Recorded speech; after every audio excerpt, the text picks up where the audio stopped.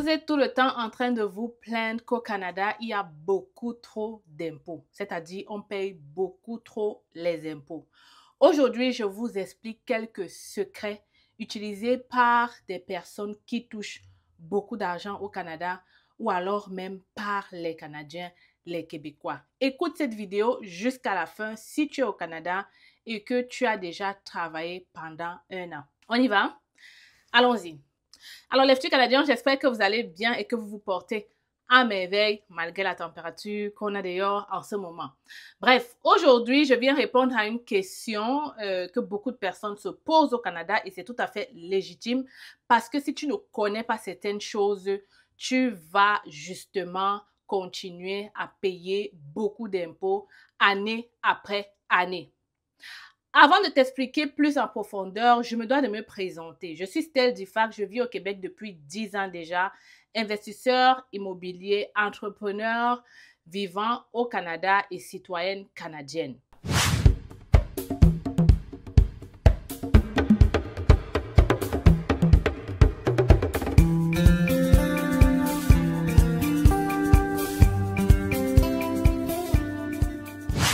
Alors, sans plus tarder, on commence. Le premier secret, c'est d'avoir un planificateur financier. En fait, c'est de travailler avec quelqu'un qui s'y connaît dans les finances au Canada, qui peut t'aider à implémenter des stratégies en rapport avec ton travail, en rapport avec tes finances.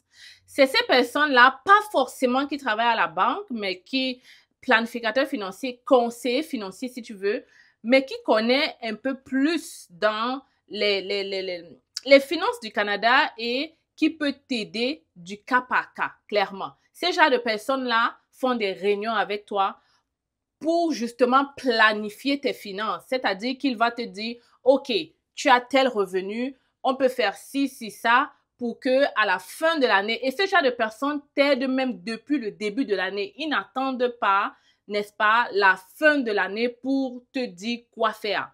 Parce que parfois, lorsque tu connais mieux ces choses-là, tu peux prévoir les choses à l'avance.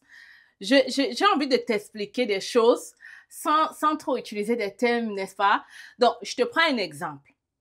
Est-ce que tu sais qu'au Canada, tu le sais peut-être ou peut-être pas, mais tu payes les impôts en fonction de ton salaire. Ça veut dire que de tel montant à tel montant, il y a un pourcentage que le gouvernement exige que tu payes en termes d'impôts. Sache donc qu'il y a des gens qui, n'est-ce pas, l'employeur va te proposer d'augmenter ton salaire. Si tu es en lien avec un planificateur financier, cette personne-là peut te dire non, n'accepte pas cette augmentation de salaire, demande plutôt qu'on te donne par exemple des cadeaux ou telle chose pour que ça ne te coûte pas plus en impôts.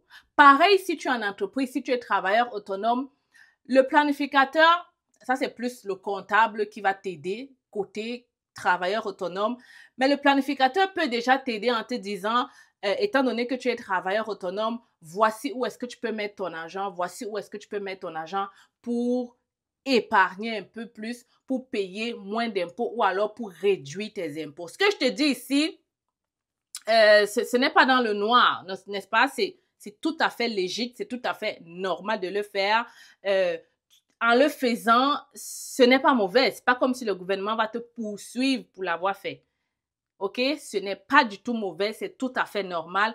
Et c'est même des canaux mis en place par le gouvernement pour vous aider. D'ailleurs, si je prends l'exemple du REER, le gouvernement fait de multiples vidéos, des publicités même sur ce REER-là, partout sur YouTube, pour t'inciter à mettre de l'argent dans ton REER. Le REER, c'est le gouvernement, OK? Donc, c'est comme si le gouvernement te dit, ne me donne pas de l'argent aujourd'hui, mets-le dans ton REER qui aussi, c'est aussi le gouvernement. Et plus tard, dans ta retraite, je vais te donner cet argent où tu pourras prendre cet argent libre d'impôts. Donc, en réalité, tout ça est legit. Ne dites pas en commentaire que Stell Difac, vous commencez encore à parler comme ça, après c'est comme ça qu'on va venir vous arrêter.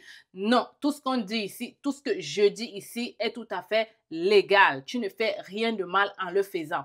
Sauf que je sais qu'il y a beaucoup qui ne savent pas que ça existe et qui justement ne le font pas. À la fin de l'année, payent beaucoup plus d'impôts que d'autres. Voilà pourquoi je te dis, la première chose, il faut avoir un planificateur financier. Il faut travailler avec quelqu'un qui te suit du début de l'année jusqu'à la fin. N'attends pas la fin de l'année pour être surpris par tes impôts.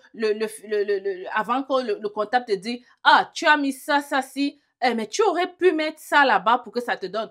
Le planificateur financier, lui, t'aide depuis le départ. Surtout si tu es un salarié, parce que les travailleurs autonomes travaillent un peu plus avec les comptables et un comptable connaît un peu plus dans les finances, donc il peut un peu t'aider de temps en temps. Mais si tu es salarié, il est important pour toi de cheminer avec un conseiller financier à tes côtés. Celui-là va t'aider à mieux préparer ta retraite, à réduire tes impôts, à mieux préparer ta vie, à mieux gérer tes finances concrètement parlant. Donc, je répète encore ici, voilà ce que les gens font, voilà ce que les riches font, voilà ce que beaucoup de personnes québécoises au Canada font pour réduire leurs impôts.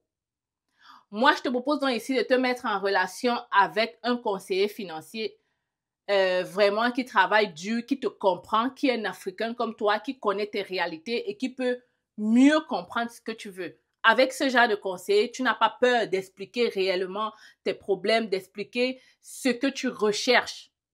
Voilà pourquoi j'aimerais te mettre en contact avec ce conseiller financier-là. Il va vraiment t'aider à réduire tes impôts. Je vais faire une autre vidéo pour t'expliquer pourquoi les impôts sont importants, c'est-à-dire pourquoi déclarer les impôts sont importants, même si tu es un étudiant au Canada, et comment est-ce que le retour d'impôts m'a permis d'acheter mon premier immeuble au Canada. Ça, c'est une autre vidéo complètement différente. Donc, je te prie de t'abonner si tu ne veux pas manquer ça.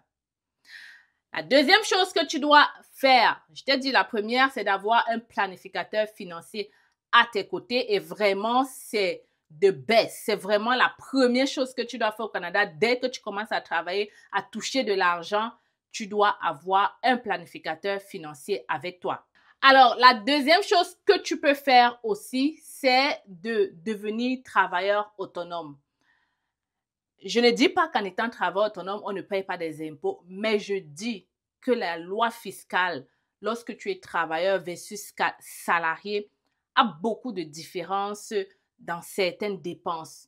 OK? Et ça encore, c'est la loi qui le permet. Ce n'est pas Stell Difa qui le dit, c'est sur les réseaux, c'est partout. Lorsque tu es travailleur autonome, il y a des lois fiscales, n'est-ce pas, qui s'appliquent à toi que le salarié ne peut pas appliquer.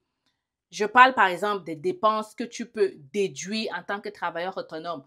Lorsque tu as une entreprise et que tu exerces de ta maison, il y a des dépenses de loyer que tu peux réduire, des dépenses même d'intérêt de ta bâtisse si tu es, si c'est ton immeuble que tu peux déduire.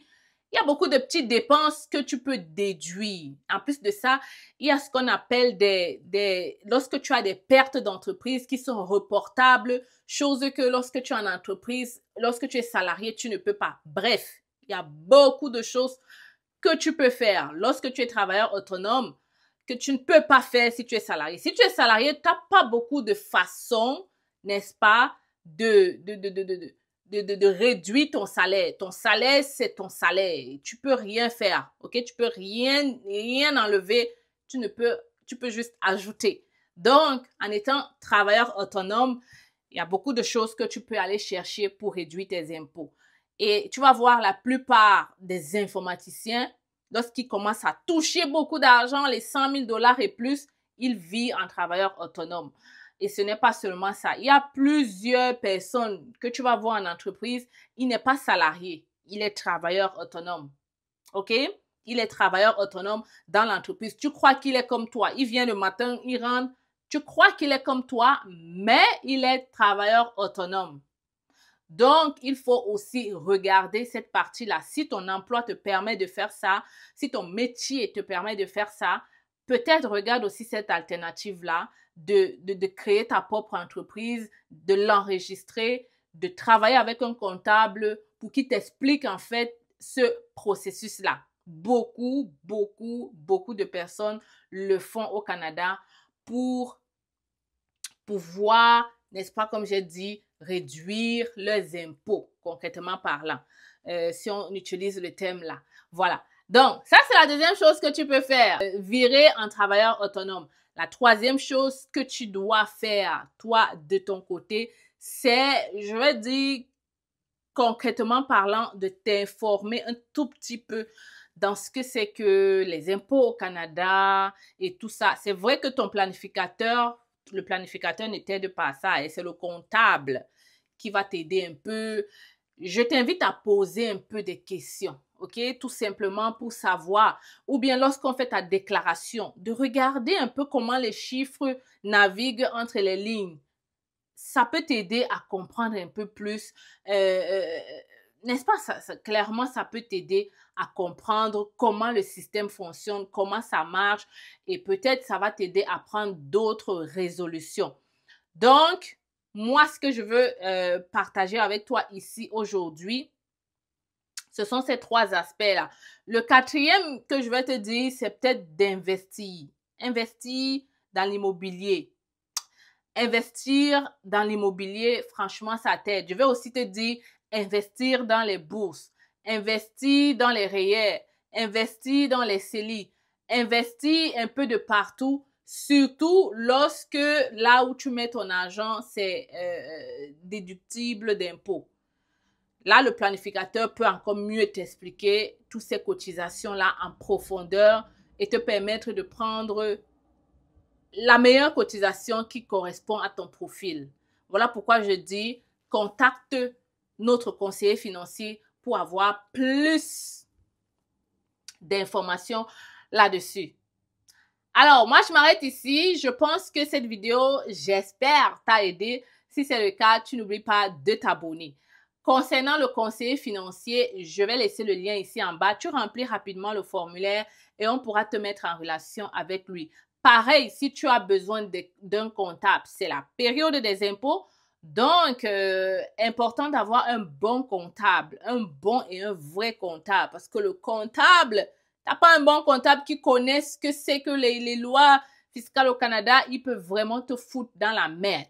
Donc, je laisse aussi le lien ici. Tu remplis le formulaire et on pourra te mettre en contact avec un super comptable qui s'y connaît au Canada. Donc, voilà les amis, voilà ce que je voulais te parler aujourd'hui. J'espère que ça t'a aidé. Sinon, je fais la vidéo rapidement sur les impôts au Canada et comment est-ce que j'ai utilisé ça pour acheter mon premier immeuble au Canada. On se voit là-bas, n'est-ce pas? Abonne-toi. Tu n'es pas au courant de l'opération sans visa résidence permanente organisée par C'est Facile? Alors, si tu n'es pas au courant, laisse-moi t'expliquer. C'est facile, lance une promotion sur tous les visas de résidents permanents. Vraiment des prix imbattables, jamais vus dans notre cabinet. Tout ce que tu as à faire actuellement, c'est de nous contacter pour en savoir plus. Tu m'écris par email ou à travers ce numéro de téléphone. Les critères de sélection, vraiment, c'est le test de français, l'expérience de travail et si tu as déjà ton évaluation de diplôme. Mais si tu n'as pas tous ces documents, ne t'inquiète pas, on pourra toujours t'aider. Qu'à cela ne tienne, contacte-nous rapidement parce qu'en ce moment, c'est la fête, c'est facile. L'objectif est de permettre à plusieurs d'entre vous de réaliser le rêve canadien en 2025. Je suis avec vous. La fête est terminée, mais c'est facile. On continue, on y croit, on avance parce qu'on a envie de vous voir réaliser ce rêve.